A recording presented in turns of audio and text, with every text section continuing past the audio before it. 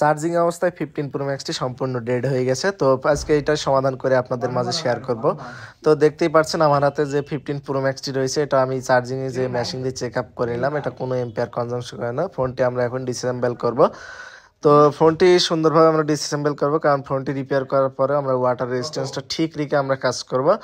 তো সেক্ষেত্রে আমাদের সম্পূর্ণ ডিসপ্লেটা খুলতে হবে। আমাদের যে ডিসপ্লে ওপেনার মেশিন আছে এটার মাধ্যমে খুলবো, এবং ডিসপ্লে ওপেনার লিকুইড দিয়ে যাতে আপনার কোনো জায়গায় ড্যামেজ না হয় সেভাবে আমরা ফোনটি খুলবো। তো ফোনটি আগে আমাদের মাদারবোর্ডটি ডিসঅ্যাসেম্বল করে নিতে হবে, কারণ এটা যেহেতু হার্ডওয়্যার প্রবলেম। তো ডিসপ্লেটা আমরা খোলার পরে আমি বোর্ডটি একটু চেক দেবো। তো এমপিআর দিকে যা বুঝলাম এটা হলো আপনার চার্জিং আইসি আছে, এটা থেকে প্রবলেম। তো আমি ফোনটা মাদারবোর্ডটি বডির থেকে আমি ফার্স্ট খুলে নেব। তো স্পিকার, ক্যামেরা, এগুলো কানেক্টারগুলো রিমুভ করতে হবে, সিমটিরে খুলে ফোনটার মাদারবোর্ড নিতে হবে। এবং মাদারবোর্ড খোলার সময় খেয়াল রাখতে হবে, কারণ মাদারবোর্ডের সাথে আপনার পেছনের লেয়ারে একটি ওয়্যারলেস প্যাড এবং ফ্ল্যাশ লাইট মাইক্রোফোনের লাইন আছে। তো খুলে নেওয়ার পরে তো আপনার কানেক্টারে রক্ষা করার জন্য যে শিল্ড থাকে অনেক সময় সেগুলো রিমুভ করে নিতে হবে, কারণ এগুলো আপনার হিটে দিলে অনেক সময় বেজের গোড়ায় আপনার সমস্যা করতে পারে। সেভাবে খুলে নেব সুন্দরভাবে, যাতে পুরোই আবার পরে ইনস্টল করতে পারি।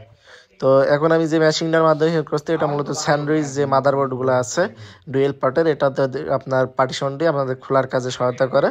তো এটা সুন্দরভাবে খুললে আমরা মাদারবোর্ডটি সেফলি খুলে নিতে পারি।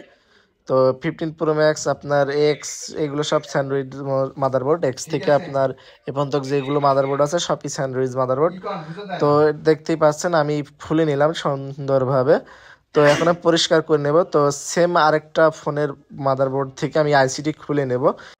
এটা সুন্দর করে পরিষ্কার করে নিতে হবে। সিপিউর উপরে আপনার যে হিট শিল্ড যে এক ধরনের গাম থাকে সেটা পরিষ্কার করে নিয়ে সেম একটি মাদারবোর্ড থেকে আমি চার্জিং আইসিটা রিমুভ করে সুন্দরভাবে আমি বল করে নেব। তো আমাদের যে ফ্লাক্স পেস্ট আছে এবং সোল্ডারিং আয়রনের মাধ্যমে পুরনো যে আপনার যে হিগুলো ছিল প্রিন্টগুলো সেগুলো রিমুভ করার মাধ্যমে নতুনভাবে আমি বল তৈরি করে নেব। বল প্লেট দিয়ে দেখেন আমার চার্জিং আইসিটি সম্পূর্ণ বল হয়ে গেছে।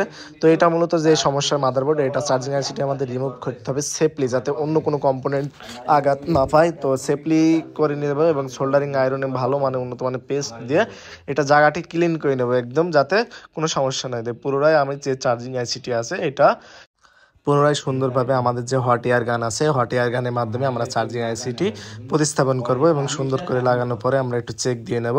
তো বোর্ডটি মূলত ঠান্ডা করে কাজ, যেহেতু ডুয়েল পার্টিশন আবার আমাদের অ্যাটাচ করতে হবে, সুন্দরভাবে আমি সাইডগুলো বল করে নিয়েছি সোল্ডারিং আয়রনের মাধ্যমে বসাবো। কিন্তু দুই পার্টি এখানে বল করে নিলাম সুন্দরভাবে পরিষ্কার করার মাধ্যমে। ফ্রি হিটারে আবার সুইট এয়ার গান দিয়ে, বা যেটা ফ্রি হিটার বলছেন, ফ্রি হিটারের মাধ্যমে সুন্দরভাবে আমি অ্যাটাচ করে দেবো। দেখতেই পাচ্ছেন এটা আমাদের মেজারমেন্ট ঠিক রেখে, এবং যাতে বোর্ডে কোনো জায়গায় বেশি হিট না হয়। তো কাজটি কমপ্লিট করার পরে বোর্ডে ফিটিং করে, এবং দেখতেই পাচ্ছেন আমাদের কাজটি সম্পূর্ণ কমপ্লিট হয়ে গেছে। ফোনটি একদম ডেড অবস্থায় ছিল চার্জিং অবস্থায়। তো কমপ্লিট।